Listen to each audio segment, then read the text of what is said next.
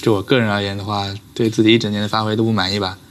然后整个队伍的状态，就是可能因为一些之前的影响，就肯定是整体来说都不太好嘛。感觉每个比赛就都没有发挥好吧，打得不是很好。今年一整年都就一般吧，打的。那其实感觉这一整年很多选手都有比较大的进步，那你们是否觉得在 TI8之后，心态上面有没有一些什么进步？心态肯定进步的呀。这一整年其实挺难熬的，对吧？那有没有一些比较开心的瞬间？要说的话，应该是 VG 夺冠的瞬间吧。我们是 VG 老粉，我是 V 坤，是 VG 夺冠，我们很开心啊，替 VG 开心。虽然去年一整年都很难熬，最难熬的时候是什么时候？有一段时间 maybe 就逃了，回去结婚了，我们非常非常难熬。就是在队伍人员不整齐的时候，就会觉得稍微有点难熬一点。但其实那个 Major 你们打的成绩还可以的。是这样的，但当时就感觉还蛮有希望夺冠的。查理斯一直在点头，你怎么看那段时间？那罪魁祸首就是我，别说了。主动背锅是不是？那问一下，去年有哪个人的哪句话让你至今还记得？就是开始选人了，搬完了，准备1、2手选人了，他突然问了一句 ：“FY， 这把炸不炸？”就转头站，这把炸不炸？那会儿就。他问，那其实老干爹虽然说拿了第6名，但是前面的5支队伍都是很强的队伍，你们是否还觉得自己依然是一支很强的队伍 ？VG 最强嘛 ，VG 跟那个秘密独一档，我们就靠后。我们在采访 VG 的时候，他们说跟老干爹打训练赛，河道都过不去。乱说了，我们一看就是造谣。就我们一过河道就被他们5个人冲出来乱杀，我们就是训练被他们打个什么10比0这种很正常。就我们的训练就是被 LGK 操盘，就是都在他掌控下，他想让我们输就让我们输，想让我们赢就让我们赢。就我们出发前 LGK 都特意来说了一句：“你们要谢谢我抬了你们一手，就没把你们打得很惨。”事实上就是我们根本没怎么赢过他们，真的很恐怖。现在看到他们，我们都在发抖。那再次来到 TI， 2个人是抱着什么样的心态过来的？肯定是抱了一点积极一点的心态嘛，就不能说想着什么复仇这种，就是你要复仇，你要向谁复仇嘛？还只能向 OG 啊。但是 OG 呢，怎么说呢 ？OG 当然也很强对 ，OG 当然也很强。反正就不能抱着这种心态，肯定要抱着一点正面一点的心态，就抱着这种负面的心态打比赛不太好。我们在来之前看过一段 FY 的采访，他说他自己的心理预期是，只要不拿第2名、第1名，其他任何几名都可以。你们怎么去看待？你的心理预期是什么？没有什么预期吧，因为你有些队伍训练不到，然后你对那几个队伍评估也不太确定。认真来说的话，你也预期不了，但肯定就是越往上越好嘛，就排名越靠前越好，肯定是想着去往冠军那边靠嘛。那这次 TI 在中国不同于以往，除了好好打比赛，你们有没有一定要做的事情？没有吧，打 TI 肯定就专心一点吧。好，那我们也希望老干爹能够打好自己的，好吗？谢谢。谢谢。Even before TI started, there was only one team that they were thinking about. It's OG. It's very fitting that we've managed to make it all the way to this third game. I think that that's one of the things that, Lacoste even said when we were on the last panel. You were like, I just want to see this go all the way to the third game. Now we're here. What do you want to see? I want to see game not ending so quickly. I'm a big fan of the late game. I want to see those Aghanim Scepter coming out, Moon Shards, late game Dota is pretty chaotic. So in the game yesterday where Tiny uses tossback to toss them onto the spark rates, or 2 days before. Yeah. I didn't sleep much, so my schedule is kind of confusing. It's the excitement. It's that you never know what's going to happen of late game Dota. It's where the ultimate stress hits, right? When you're snowballing a game sometimes, those are the easiest games to just be kind of laughing away. Yep. You're like, oh, got him again. And you're like, oh, they can't kill me, guys. I'm just in between the tier 3 and the tier 2. Like, that happens a lot. But when it gets to late game, it's really hard, I think, to keep those smiles up, which is something that obviously OG have done so well in the past. But you get this point where it's just like, okay, all right, we got Chrono up, yeah. Everyone, it gets quieter, I feel like. So I want to see that too. I think I just don't know if these teams will do. I think we could make to the late game, but I don't think we're going to see like this chaos late game, right? I think the teams are too good. I want to see the chaos. I mean, I want to, but I don't think they went out first. Yeah. So the decision making when the game gets kind of confusing, even for the pro players, like what is happening? This 3 volley from Tiny on a 12-second cooldown. How do you counter that? Like you get Quelling Blades, cut down all the trees. So that's why you want late game. You're trying to figure out how to deal with a Tiny Aghanim Scepter. That's a good question because no one knows the answer. That's another great reason to see. Okay, cut down the trees. No, we're trying, buddy. Get the cooldown to 60 seconds. So I do nerf it. Okay. Okay. There we go, Lacoste. I do want to say, kind of, when we look at the past matchups as well, are there any pressure points? We talked about definitely wanting to look at our 4s when we actually go to head-to-head matchups where we could potentially see some of the most impactful play come out on the individual level. But Grant, do you think that there's any player right now that you want to see step up? I think Chalice, honestly. I think that they're just banning his Ogre first phase every time, and he's got to prove that it's not just like this Ogre Centaur, right? We saw Sand King, which played pretty well. You know, he was stealing a lot of creeps. He was using a lot of mana to steal creeps as well from the Alchemist, which hurt him, and I think he is their big playmaker, right? He went Veil, Spirit Vessel, Sand King, and then he didn't even have charges on it. Like, it just felt like he needs to be way more impactful on the map. Okay, we're going to keep that in our mind as our teams take this stage. Right now, the crowd favorite coming out, and you can definitely hear the crowd's going to be giving them their energy throughout the entirety of this matchup. This third game going to decide everything in the rematch from last year. The winner of this going to be going to the grand final. Coming in with that. Carried by their coach. Exactly. We will have to see what they have in store as well. We talk about just how different this game could be from the last one. I'm trying to see if we can get a glance of all of the papers actually inside of that booth right now. What do you think it's written besides the considering obvious stuff? there's some little, there's the papers right there. That was it. Those are the real papers. They finally Mind games confirmed.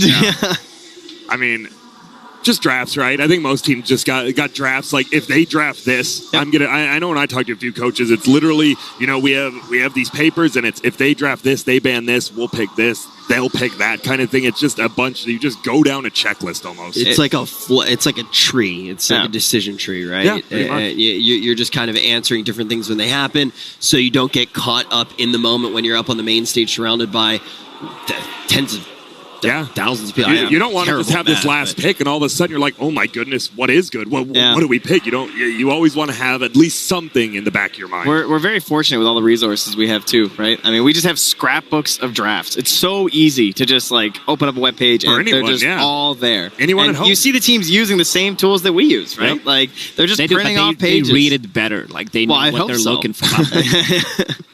And by the way, Nahaz told me it was the 4th fastest ever timing on the Radiance. Ever, yes. That helps. That's pretty good. Yeah. And I thought it was a fast, but not that fast. That's not podium level. That's all I'm saying. Well, it was interesting because I thought I was watching the game, and I'm just like, the Sand King's actually stealing a lot of his neutrals. He's Sandstorm, like he's getting a ton of gold, and then Alex still just going super far. He could have had an even quicker one because I thought the Sand King did okay in the first 5 minutes. Not even in top 3, huh? Yeah. So we're setting some records here already when we're looking at that.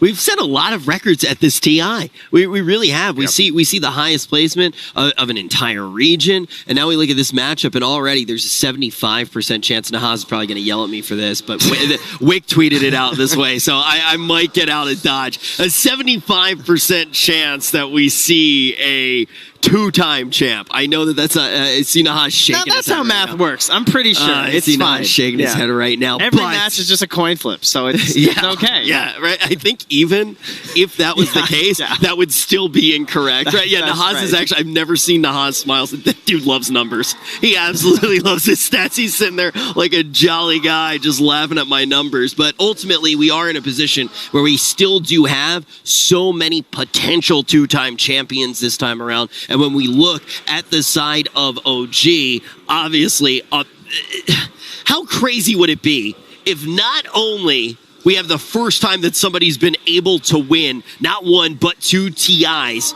be a back-to-back champion. Well, let's see if they are going to be able to make that giant leap. Will they be able to get the best seats in the house? Will they be able to go straight to the grand final? PSG LGD versus OG. Game 3. Game 3, the magic number when you're playing on the TI main stage, at least for us, the viewers. Maybe the teams would prefer 2-0, but luckily they don't get what they want. But we do. Yeah. So here, game 3, OG got picked first pick. They won the coin toss, and LGD picked Dire. I think whoever has first pick has a huge advantage this TI. You say that so far in this series, first pick has lost both games. Why do you think first pick has the big edge here? Especially for OG, because there's like I said, there's so many heroes that if you just pick it has a huge edge. Enchantress, Io, or not Io, but like Io for OG, I guess. Io, Chen. I think they forgot about the Chen at LGD, but like Magnus is pretty high up on OG's priority too. Yeah. So OG has a lot of these like first pick heroes that LGD don't want to give, but LGD don't have like a lot of first pick heroes. I think the LGD draft was actually really, really good against the whole OG draft. I thought LGD outdrafted them, besides one factor, which was the Chen Alchemist. I think that was the one trump card for OG. If the Alch got banned and even they picked up the Spectre second phase, I don't think this Chen Spectre is as strong as this Chen Alch. Yeah. I think the game would have went a lot different. Because those first bans, you're normally thinking about what you're giving up, and it does feel like maybe they forgot about the Alchemist, particularly the synergy with the Chen in that second ban phase when they're banning Spectre and Void. Right now, I think they're deciding whether they should ban Magnus or Chen, and they just stick with the Magnus. They're probably also thinking Alchemist, because OG banned AA in the first stage this game. So last game it was second stage, they banned the AA to protect an Alchemist, and guess what? OG's first pick Chen, Alch is still in the pool. I think LGD has to take Alch here. Or ET. They might pick ET. Or both. Yeah, what are the heroes you're picking to deal with an Alchemist in the first stage if you're expecting that second pick? I don't think you can. The Alch Chen is so strong, I don't even know if I've seen it lose this whole tournament. Like the two, maybe they've lost one match together, but every match I've seen, it's a stomp. The 20% more healing works so with his ult. His creeps can protect your jungle. You kind of go back and forth. There's all these they make up for each other's weaknesses. You know, they're like one of the best duos in the game. I think you can pick. Well, they do get the ET you suggested, Febby, the most picked hero of the tournament so far. Yeah, second most played by LGD actually with a 86% win rate. Mini Nahas here. Statsman Febby. Yeah.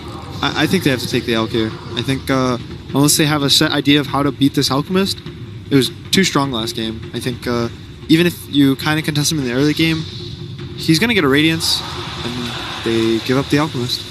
They have a different idea. It's the Tiny who OG had last game as well. I mean, as far as heroes that have looked the best of the best, I feel like Tiny is in that category as well. Yeah, it's just so versatile. It can play as support, but nowadays we see it more on core with the tree volley.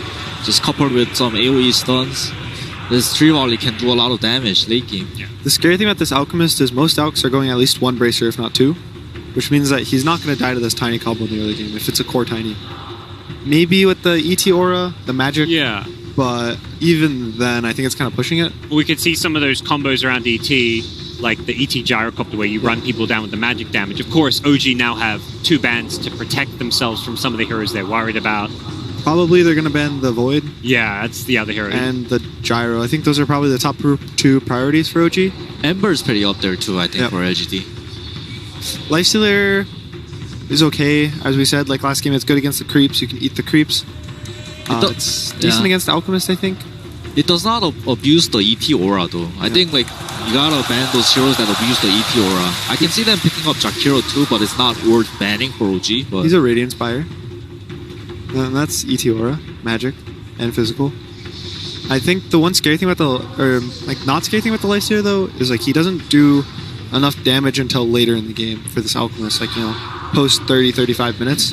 And before then, this Alch Chen I think is going to run them over. Like we saw last game, this Alch had such a fast Radiance, and the game just feels over like 15 or 20 minutes, right? There's that one Roche fight, or the River fight, Shadow Demon's level 5, the Alch gets like 3 kills, Sven tries to hit creeps, but now this Alch's like double his net worth, and the game feels really over. Yeah.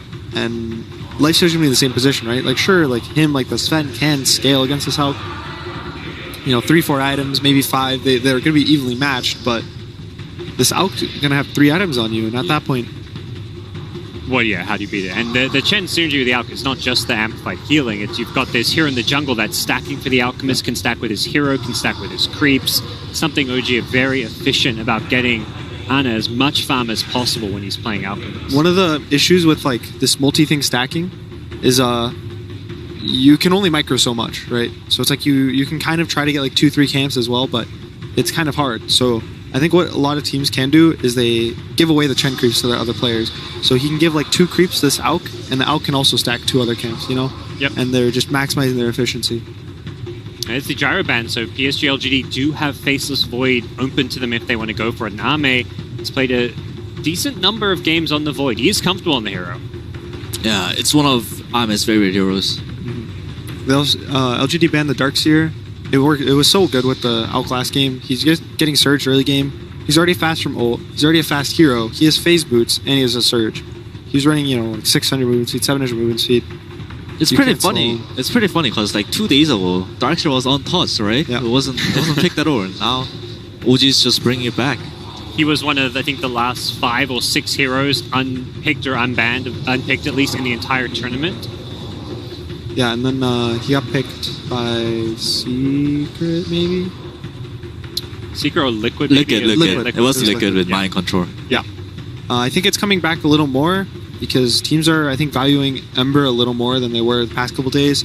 Alchemist is also getting up there, and Tiny. And Darkseer with those 3 melee heroes in particular are really good for the 15 to 25 minute mark. Ember, for obvious reasons, his ult's faster. His Flame Guard becomes a better Flame Guard with the Ion Shell. Auk for what we said, and Tiny just because he gets you in position, and that's all Tiny needs. He needs to get in position for these toss avalanche combos and dealing a lot of damage. Shadow Demon is picked up by PSG LGD, giving them SD ET support duo. One of them will be FYs. Do you think that's more likely to be the Shadow Demon getting the probably the here? Shadow Demon. Also a block pick. If they wanted the Void, you want to take that SD away from OG, I feel, because that's the save that teams often want to be picking and playing against the Faceless Void. It's also good against the Auk if you're really far behind, because if you make illusions of him and he has Radiance AC, you'll get both the ores on your own team. Well, the trick we've been seeing is you can turn the Radiance off while you're disrupted. You can't turn off AC. Oh, true. You could Yeah, they can turn off the Radiance. backpack it, but there's also Yeah. But as far as the Radiance goes, I feel like the SC, we're seeing all these Auks now just, you can spam it and turn it off inside the disruption. Tida turn made it to the second phase.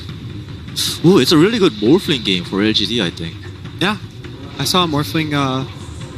It's okay. I think there might be a little too much pressure in the mid game for Morph, but it lanes really well against the Tide. But I think they're just gonna give Ame last pick. They needed the magical damage, so they opt for the Sand King, even though they lost with it last game. Get the Fast Veil, you've got magic damage coming out from Shadow Demon. It's synergy with the ET aura.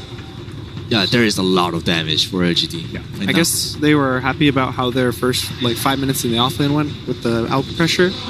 But as we saw, that didn't really slow his Radiance timing down significantly. He got the 4th highest, right? Yep. So I guess they're feeling confident. They're rerunning what they did last game. They're probably saying maybe our mid pick or our carry pick was a little off.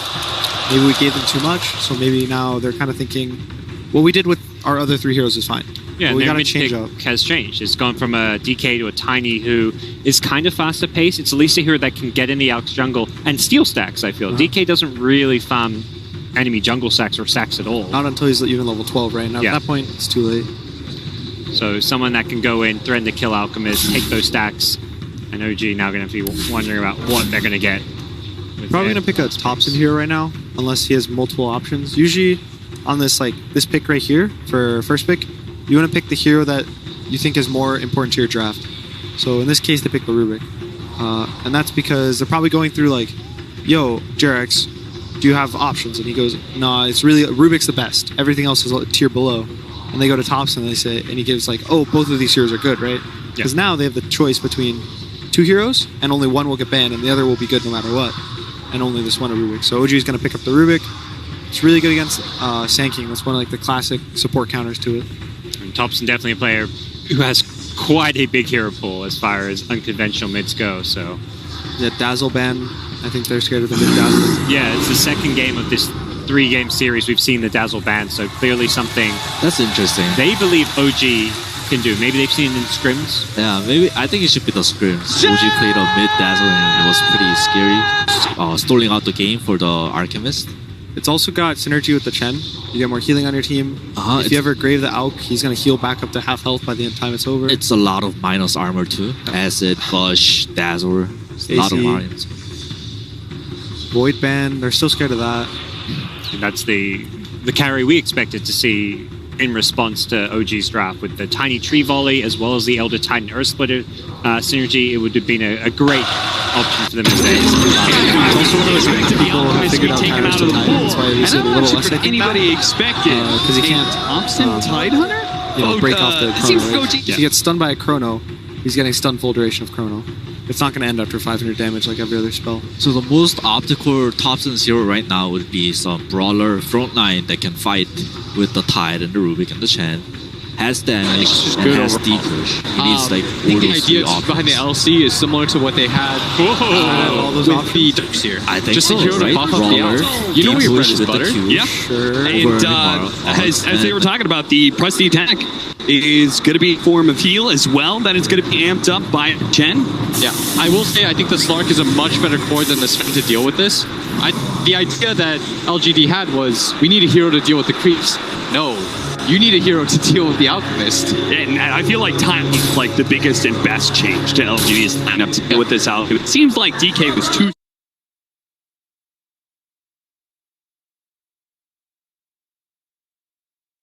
Omni is completely blanked out. No pills at all.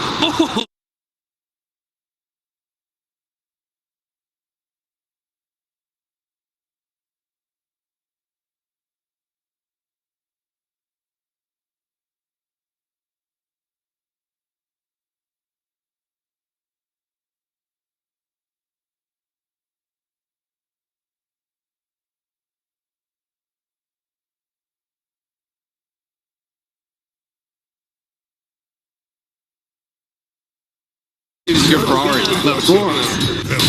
And you gotta be strong against an Alchemist, right? Like part of what we're dealing with Alchemist is have burst. Any sort of burst damage you have, it makes it look that much better. A tiny combo, what it doesn't. Next level play. Next level play.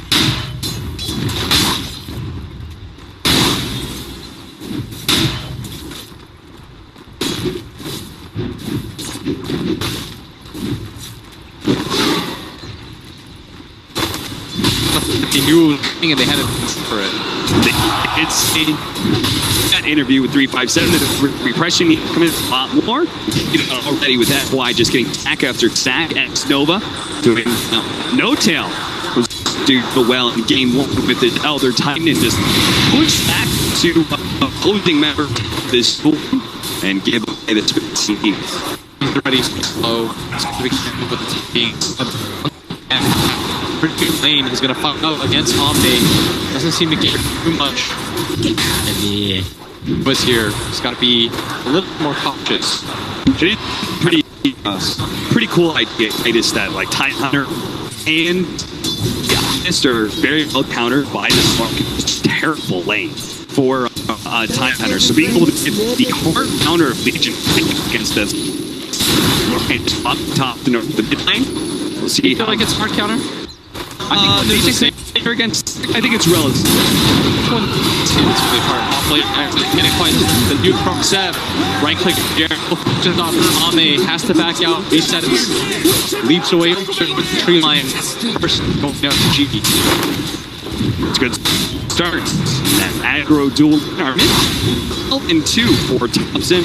And Softness struggling a little with and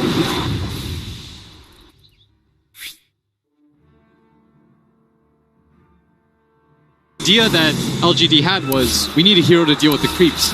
No, you need a hero to deal with the Alchemist. And I feel like Tiny is like the biggest and best change to LGD's lineup to deal with this Alchemist. Seems like DK was too slow, especially when it came to taking that mid tower. The fight over the bounties begins, and OG I want to know how many games Ame or Navy has been completely involved in no kills at all. Oh, look at that. X-Nova made that read perfectly. They were planning that Adam was going to take the other boundary route. He was going to be teleported down to bottom. And now he's going to have to use his DP score. And he has GLHD and Skin 3. This guy has no children. Chalice going to block up the creep wave. I think my favorite change to this is making FY play the Shadow Demon instead of a hero like Jakiro. I just don't love Jakiro as a 4 position. I feel like it's very limited what you can do with that hero. FY is your priority. Let him roar. This guy has no children. And you've got a lot of play potential, and you want this Shadow Demon to be strong against an Alchemist, right? Like, part of the way of dealing with Alchemist is heavy burst damage, and Soul Catcher gives any sort of burst damage you have, it makes it look that much better. A tiny combo plus the Soul Catcher, I'm not sure what hero doesn't die with that. Yeah, plus the Earth Splitter, of course, percentage-based things being very nice against the Alchemist. But who knows, maybe it's just going to be a little bit too strong for them, as last game was so one-sided. I personally think that the combo is way too good, and PSG LGD, they're banking on the fact that they knew it was coming and they had an answer for it.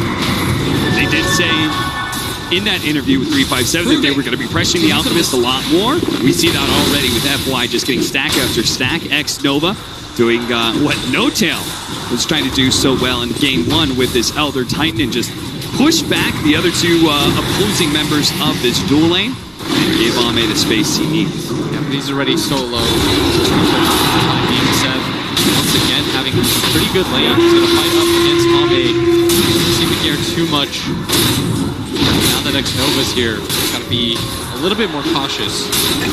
It is a pretty cool idea, right? Is that like Tidehunter and the Alchemist are very well countered by the Slark. It's just a terrible lane for Tidehunter. So being able to get the hard counter of Legion Commander against that Slark instead and swapping Thompson over the mid lane. Do you feel like it's a hard counter? Legion Commander against Slark, I think it's relatively okay. I think when there's a save, it's really hard. Top lane, X-Nova getting quite low. The dupe from Seb. Right click from Jerax. We'll finish this off as Ame has to back out, reset himself, leaps away over the tree line. First blood going to OG. Good starts. That aggro dual lane. Our mid lane, 12 and 2 for Thompson. It's Somnus struggling a little bit. CS Wave is pushing into him. He also has in his bottom. Oh, this guy has no chill. Lane pushing out into the favor of the Shadow Demon and Sand King, which means there's going to be some neutral shenanigans. We'll see how FY tries to deal with this, but a top lane, the stomp goes out, does manage to hit at least the Rubik. Jerax is going to be quite low. Can he finish him off? X-Nova gets him in the end. Zeb will return fire and bring down X-Nova. Support for support.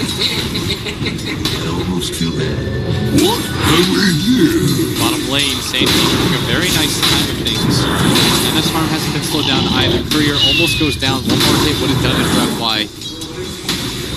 Boy, Thompson's just fearless here. Maybe he's going to try and put some pressure on him. Does manage to get the Thompson and a solo kill like that. You know, I thought Thompson knew better, but sure enough, he was way too low. Yeah, that's the one thing about Thompson is it does feel like he dies the most out of any of the top mid laners. Yeah. He doesn't seem to care too much. Yeah. I don't even know if this guy cares about deaths, farm. It just feels like he cares about getting into the enemy jungle, forcing you out, and being this frontliner for him. But that'll be a costly death, as maybe had such a slow start. He's already eclipsed his kill mark total from the previous game. Seb laying down the spray when he gets pounced, while Ame in turn covers up that spray with one of his own from Peachy Game. Meta, you see maybe he gave a late tip to Thompson. Ame trying to get out of here, does have the pounce range. They're trying to block him in.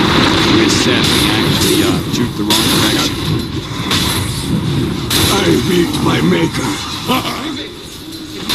Radiant's bottom tower is under attack. Somnus with this double damage. Completely going to zone out this Tidehunter. It's under attack. Thompson does not want to be here for the time being. Creep even just running through the area just to give one more last hit to Somnus. Stomp goes out. Seth. Big nuke that's going to force the pounce away. And X-Nova may not be able to win this man fight, especially when we press the attack activated on Seth. With the level 4, it means he does have that passive to be able to bring down X-Nova. If he can get into the trees, maybe the stomp. No. Mage's just going for the bounty runes against the Alchemist is so important. Jerax is going to try to race him against these, but doesn't have lift, so he will not get here in time. Neither of them have boots, but Ame is in a much better position to pick up this rune, and it looks like PSG LGD will get away with 3 of them.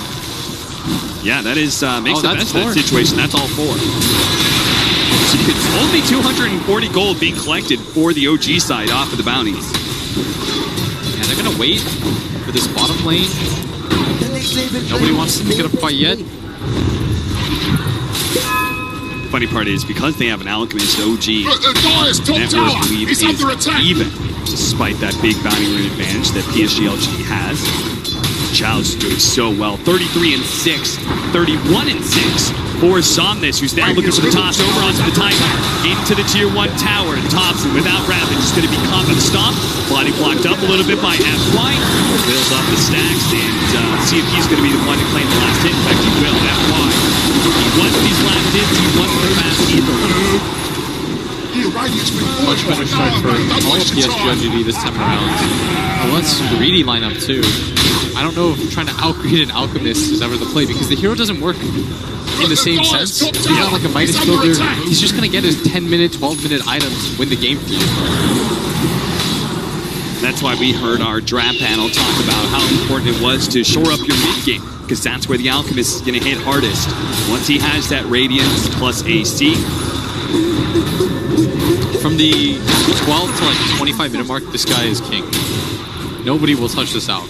You have to be able to ride that out against the LGD, and that's why they took the Slark. The Slark is meant to secure the late game, because he's good against all 3 cores on the side of OG, and neither of the supports do anything against him. So the way this game looks is pretty clear cut. OG have a timing window. Once again, we're going to go down the lanes with their Legion, backing up their Alch, so you can't ever get stunned up. The constant purges, the heals, the Tidehunter's going to back him up too. He's going to get a blast. And for PSG LGD, it's bend, don't break. Take fights. If you lose 1 or 2, that's fine, but you can't afford to give up all your tier 2 towers like you did. Look at No-Tail.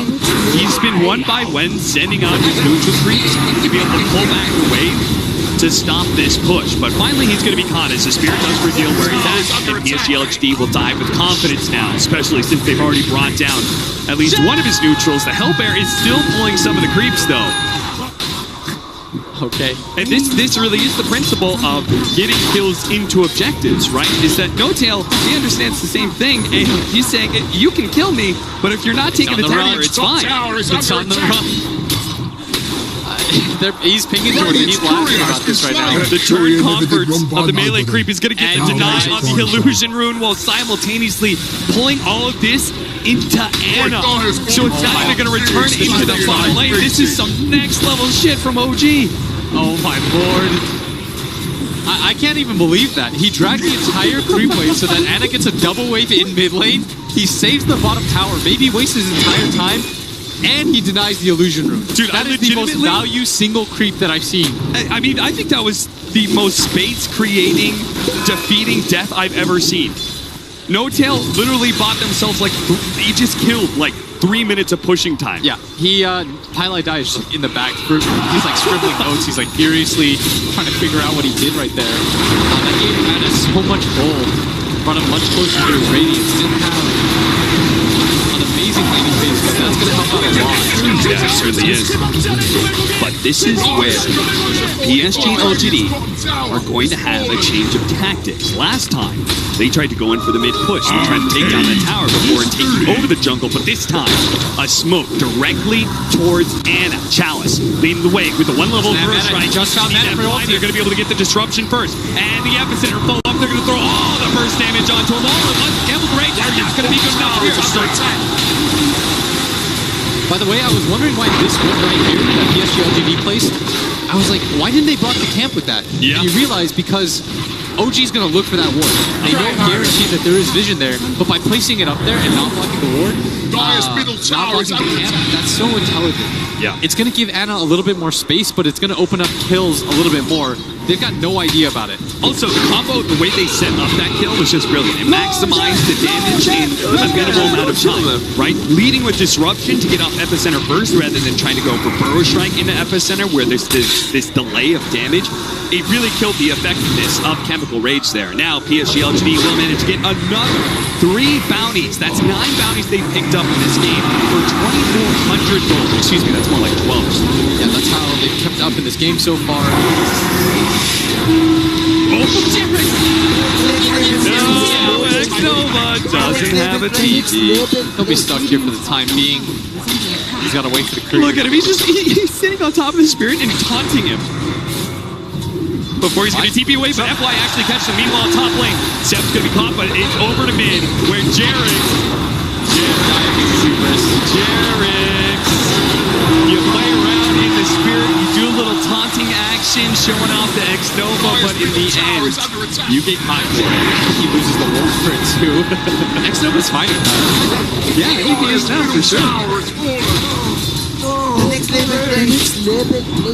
How's Dobson doing in farm, by the way? He's going to be rushing double bracers into a flag. So those bracers are super value for Tidehunter, both because it's tankiness as well as making your anchor smash more effective. Courier's been killed too.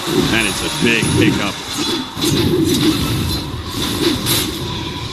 But Anno talked about the pre-12-minute Radiance.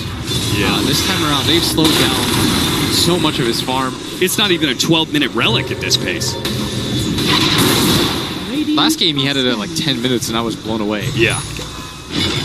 Haven't they dewarded it yet? They still have vision of that area. Jerax is still looking. He doesn't see where it is. It was such a good ward. The next level mind thing gave them the stack so that maybe it'll pay off to get extra kills. Rotating to bottom, Seth, who's been holding on to this tower for OG, but now will pay for it with his life. The taunt in the pounds from Ame with Earth Splitter over the top. They really wanted to make sure that Legion Commander died fast, so there wasn't a chance of OG defensively rotating. And they still haven't lost any tower. Almost like PSG, LGD, no trade towards that top lane. It's still quite healthy. This is going to create even more space for Ame. They can play into the jungle. Jerax is pinging. He thinks that they're going to smoke towards mid, which is why he preemptively places that sentry. And a minus is almost here for Ame, plus his level 10. So both help him farm a bit faster. Samus trying to catch Anna here, does have the toss back into the creeps. The TP, it's a slow one from FY, so there is no chance of them actually killing this, but it does force a lot of rotation. Zeb is now in the same lane as Anna, not really the way they want to play things. No, not until he has Radiance anyways, and he's still working on it right now. And that's why PSG LGD are going for all these aggressive maneuvers. They know that they've slowed down the timing enough. Thompson isn't really getting involved in fights either. They just want to defend this mid area while he tries to catch up and farm. This is not the typical Thompson game that we see where he's rotating in the jungle. He's been a lot more farm-centric. It feels like both mid laners are in swap positions. Sam getting caught in the top. They do have Jerax, though, TPing in. Telekinesis toss back on to X-Nova. And Sam, as he wakes up, he'll see this as an opportunity to get some dual damage. First dual wins for him in this game. But yeah, it feels like whoever has Tiny is playing aggressively. Whoever doesn't just prioritizes the farm, tops it. We felt his impact in the mid game so often throughout this series alone. Looks like they don't want to give up this tower. Chalice, he's going to show himself. Chalice with the veil out, not actually trying to get any extra damage onto an Epicenter, surprisingly enough. Maybe with FY here, trying to catch somebody with the disruption. Does get it. That's going to be the champ spot. Chalice ready to go with another round of the Burrow Strike. Even if they don't kill Sep, they'll will get a kill at the top lane. Still though, I'm sure OG's quite happy with the space created as they took the mid tower. Thompson out of the jungle right now. He just continues to plug away this farm. Maybe he's going to go for... Not sure. Radiance is here, you know. That OG, the last time they picked up this Radiance, they immediately barreled into PSG LGD. But the timing was much better last game. Yeah. That was almost a full 4 minutes ago that they got it. It just delays up everything. The AC timing that he got, the BKB, he has to continue to just farm up, and PSG LGD are in a much better spot. In fact, at this point in the game, I believe they were down 3-4K. Oh no! He still managed to get the long-range Bro Strike onto No Tail, but that is a maxed out Prestige tag. Still not good enough to be able to save No Tail. Now the duel onto Challenge with the wrap down disruption. though. Barely stays in time. They have the Earth Splitter over the top, and now Challenge looking to be able to get the kill on Seth. Maybe more as Thompson. First goes down. Toss forward. Challenge. He's going to die. Somnus actually accidentally killing his offlaner. And maybe he may have just got himself killed as well as Anna chasing him down with the Radiance. Somnus is going to need another beautiful toss away. Looking for it. Did a little too long, But potentially. it's going to be too long. The Avalanche is there. The Gush slowing down Somnus, and the Radiance will burn him down. No chance for a blink. And Anna finally decides to participate with his Radiance. He understands that he's the strongest hero in the game. He's got to make his presence known. March his way towards the top, and it looked like it was going to be so good for PSG LGD. They got the disruption on the Sand King. They were fighting under the Sandstorm for so long, but it sort of evens out. One of the advantages of this Chen is being able to pull people around the map, and we see that with Thompson. His TP back around is ready to go with the TP somewhere else in the map. He felt like he wanted to go top, he's done so. And for the third game in a row, OG is going to take the tower first. They prioritized it so heavily in their games. Oh, Arcane Room going to be left behind, and Anna sees it. Thank you very much. That'll mean some more acid sprays.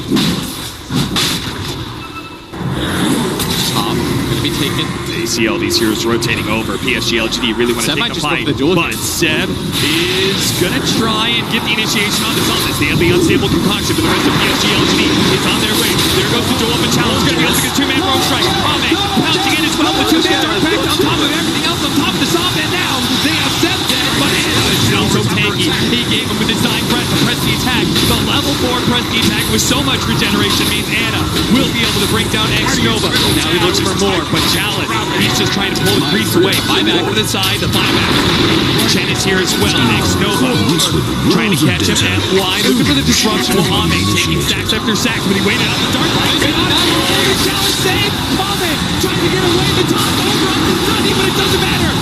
Ame lives. Anna dies, and now Thompson's going to be run down underneath the trees as he tries juking around, but eventually Somnus going to be able to find him. They have the Bro Strike there as well. Back over to Ame, who managed to finish on Jerry on top of everything else. 7 of 14 LGD win a massive fight in the top lane.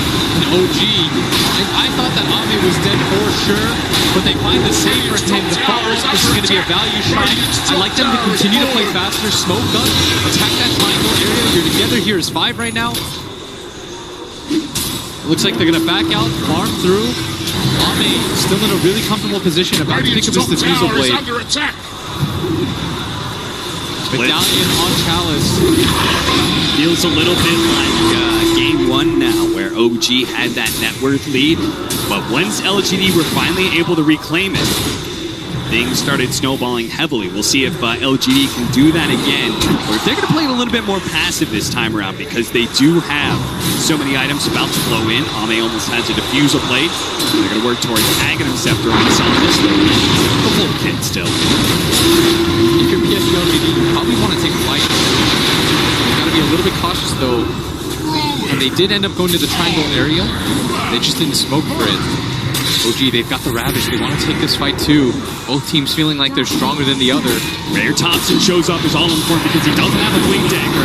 He needs to be able to get on top of PSG LGD, and he gets on top of X-Nova right away. But there's the disruption. Thompson dodges the stomp. Seth still trying to close the distance, wants to be able to catch X-Nova, but he completed his TP. Anna will stun himself. They'll surely know about the position on the high ground now, but OG did not get the successful smoke gank that they were hoping for. Both teams battling it out for position right now. And now it's going to be an immediate run into the Roach Pit. Feels like deja vu of game number 1. Yeah, that's because Somnus TP'd out to the bottom lane. He thought that was spaced as OG failed to find a kill, but now he has to run all the way across the map. And it's got a BKB too. They should feel pretty strong here, but oh yeah, quite fast enough. Can PSG LGD actually take a 5-on-5 against BKB in a pipe with Ravage? they're looking like it. I don't think you can give this Aegis up for free because I feel like it's going to be then a repeat of game. Oh, if they find an opening like this, it's going to be massive. The Soul Catcher taunt. Again, who can survive against that combo? Certainly not good. With the pipe, it looked like he was strong enough. You were wrong, friend, and now the crowd coming back alive. Yeah, where are you at? And they're responding now. Top lane. Gonna get caught on now. He's going to use that last bit of life to kill the Observer Ward, and he does manage to pick up the bounty rune. So Thompson grabbing 3 on the right hand side of the map. If they can actually kill this Alchemist, it would be huge. He still has BKB, but he doesn't pop it fast enough. He's control Shark instead. Ana thought he had more time, but that is a limited resource against PSG LGD's aggression. Pick-off after pick-off, they're finding ports around the map. You still haven't really felt the impact of this Tidehunter either. 0-3 and 3 Thompson was so dominant in game number 2.